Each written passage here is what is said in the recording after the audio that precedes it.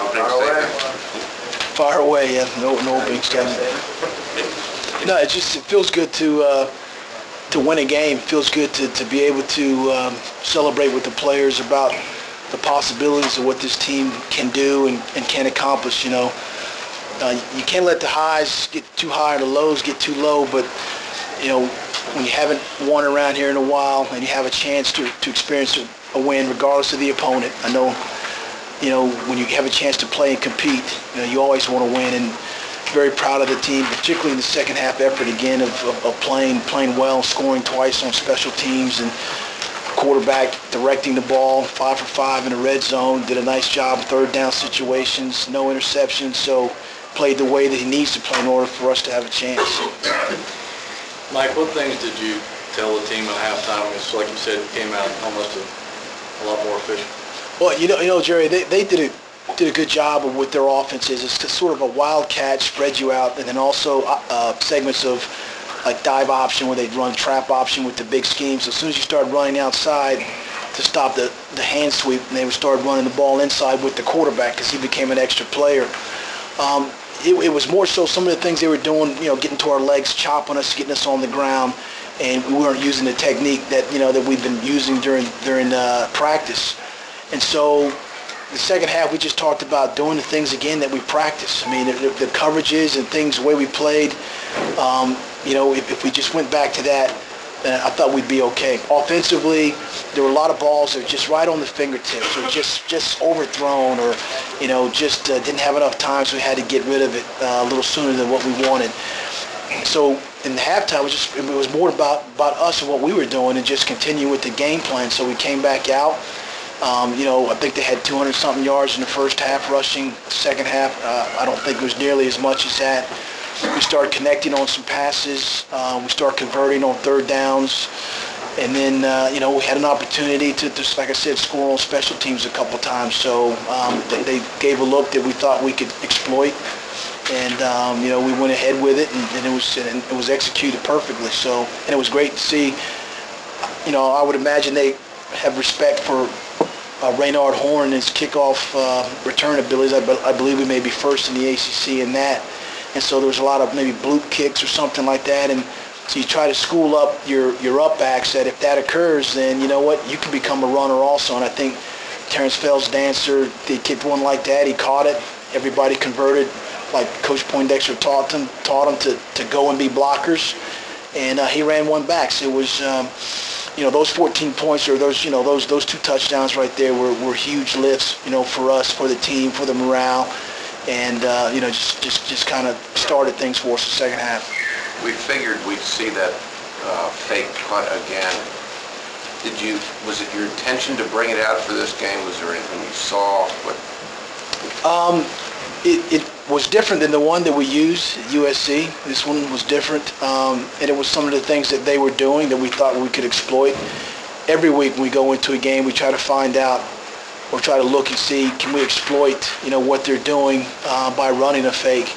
And hopefully, teams that watch us, see that, listen, you have to prepare for the fake and maybe not do some things that they normally would want to, or they got to practice something, more than what they'd want to because they have to be sound on all fake responsibilities if they have something schemed up for. So it's something we always look for, and this opportunity presented itself, so we took it.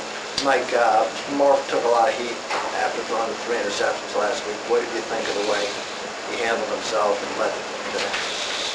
Well, that's the thing about a fifth-year senior quarterback, being through, good times and bad times, that he understands that part of it is going through the bad times and hearing the criticism and the boos and things like that. But part of being a mature fifth-year guy is you understand that you're just always a game away or throw away from righting your own particular ship, from just playing the way that you're capable of playing. And that's what he did. He wasn't worried about what people were saying or what he wasn't doing. He just followed the game plan. And like I said, the third downs, the passing yardage, the red zone opportunities, those things presented itself to where he was on.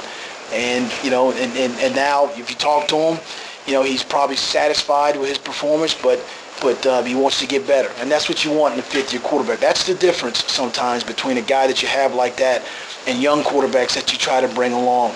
Sometimes you can just ruin a young quarterback by having a tough day because he can't handle all those things that a veteran would. So.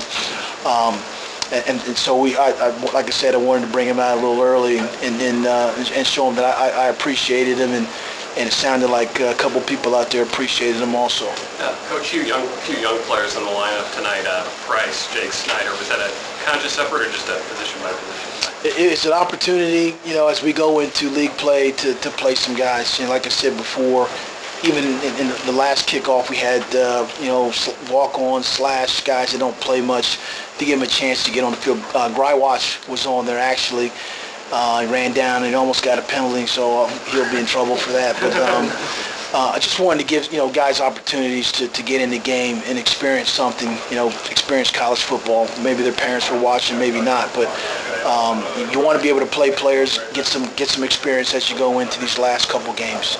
Mike, Eastern Michigan's touchdowns came on plays of 55, 31, and 53 yards. The big plays seem to be a recurring theme.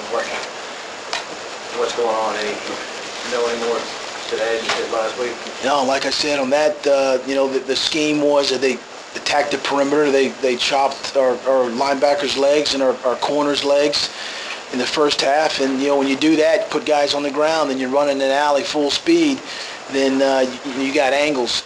So they did a nice job on that in the first half, and then came back and ran the same plays the second half. We did a much better job staying on our feet, using our hands and scooting, and having some overlap players getting involved. So they executed better than we did the first half. I think we executed better than they did the second half. With Raynard, he seemed to pick up more carries as the game went along. What did you see out of him tonight? Well, Raynard is an explosive back, and it's one of those things we got three of them that are really good, and can do some things. I mean, obviously Raynard being number one in returning kicks, he's got some long vertical speed. He's probably our best pass pro blocker, and he does a lot of good things. But you got Perry Jones, you got Keith Payne. Those guys, they're different kind of backs that complement each other. So it's a good problem to have. And then you got Torrey Mack. That's also there. That just kind of the way it's going with the other players. There's not enough spots to give guys touches. So we're pleased with our running back positions. I know they all want to touch the ball more, but I think, and no one complains about the amount of touches that they get. They all kind of found a role that they can play to help us win. If anybody does need players, we have Keith Payne, Raynard Horn, Leroy Reynolds, and Paul Friedman in the back already. How much of the momentum shift was that first snap, the second half? The snap that went for a 17-yard loss. Behind them? Yeah. It was huge because, again, in one play, field position, even though it was on the 27 or 20-yard line or whatever, then it brought the ball all the way back to, I believe, on the 3-yard line. So then the game calling from the coordinator standpoint, I think, changes a little bit because you don't want to do too many things that can, get a sack or cause a turnover back there. So the battle of field position is always critical, and back there, it kind of is a domino effect a little bit for them. But that's what you're always trying to do, And if they give you a freebie sometimes, it's like sometimes a quarterback takes the ball, falls down, because the lineman steps on him. You try to avoid those things, but sometimes it happens in football. Coach, you mentioned first downs and red zone opportunities. What do you think does for this team's confidence? Getting 7 out of 14 third downs, going 5 without in the red zone. Well, I think it shows that we're capable of doing things. That if you do things like that, you have an opportunity to win games. In any situation. So we worked hard on the red zone. This past practice because of those scoring opportunities and the third downs, because it allowed us to continue moving the chains. And if you do that, then you stay on the field longer. I think we had maybe 20 plays more than what they had because of that third down situation.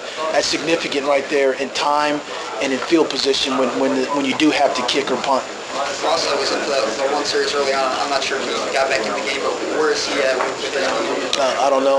I'll know probably tomorrow once again. we go into the game with the guys that are ready to play. It might have been a pre-game thing that he didn't feel right or whatever, but I'll know something more about all the injury situations tomorrow. Like you talked more about Matt Snyder and what he's doing. It seems like he's really sees that opportunity to come to number 3. Any comments on his play tonight, Joe?